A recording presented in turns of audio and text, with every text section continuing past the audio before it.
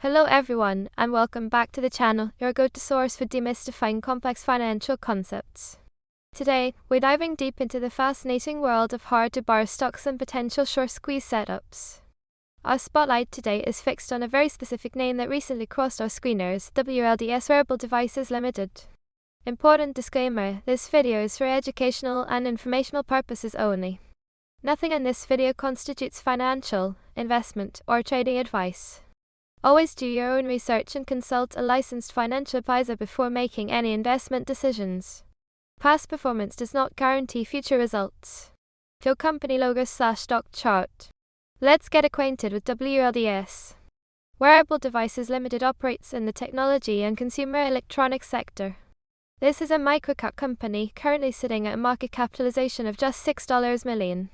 Their core business is quite innovative. They're developing a non-invasive neural input interface.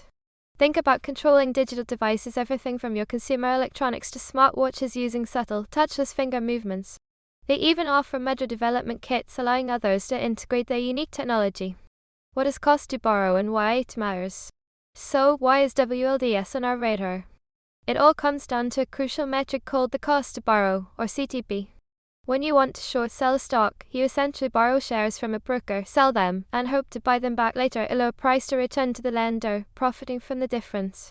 But borrowing those shares isn't free. Brokers charge a fee, expressed as an annualized percentage. When a stock becomes hard to borrow, it means there's high demand from short sellers and limited supply of shares available to lend out. This scarcity drives up the cost of borrow fee significantly. Why does it matter? Because these fees directly eat into a short seller's potential profits and can signal increasing pressure on their positions. Why this stock is hard to borrow right now. WLDS, Wearable Devices Limited, is currently sporting an annualized cost to borrow fee of a staggering 728.3%. Emphasize number, that's right, over 700%. While we don't have CTB momentum data or the exact number of shares currently available to borrow, that fee alone tells you there's considerable demand to short this stock and very little supply to go around. To put it in perspective, a fee this high means short sellers are paying an enormous price just to maintain their bearish bets.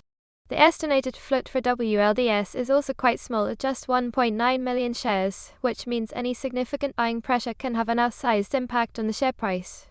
Our internal composite squeeze score for WLDS, which combines factors like CTB, borrow supply, float, and price momentum, currently sits at 47.5 out of 100. This indicates a moderate, but notable, level of underlying pressure. Squeeze mechanics explained. Short illustration of short squeeze. Now let's talk about the squeeze part. A short squeeze happens when the price of a heavily shorted stock rapidly increases, forcing short sellers to buy back shares to close their positions and limit their losses. This buying action, in turn, pushes the price even higher, creating a snowball effect. When the cost to borrow is as high as 728.3% on WLDS, that pressure intensifies. Every day they stay short, they're paying a premium. If the stock starts to move up, perhaps due to positive news, increased retail interest, or simply an accumulation of buying, those short sellers face a tough choice: either ride it out and pay escalating fees, or cover their positions by buying shares back, which adds fuel to the rally.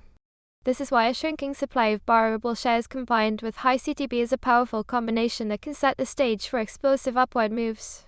However, it's crucial to understand that a high cost to borrow does not guarantee a squeeze.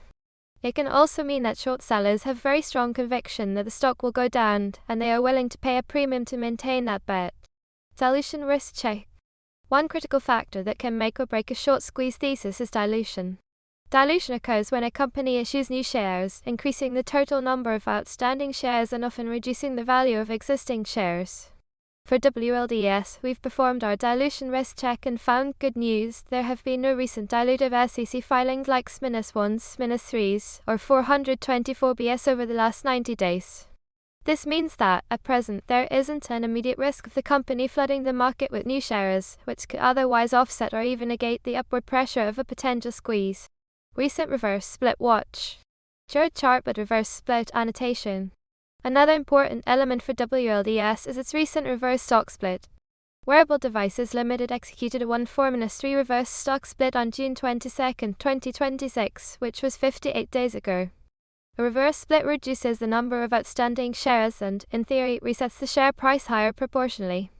While this often happens to microcap stocks facing delisting risks, it's worth noting an historical pattern we've observed. Many microcap stocks that undergo a reverse split tend to see renewed volatility or a price pop within about a month after the split.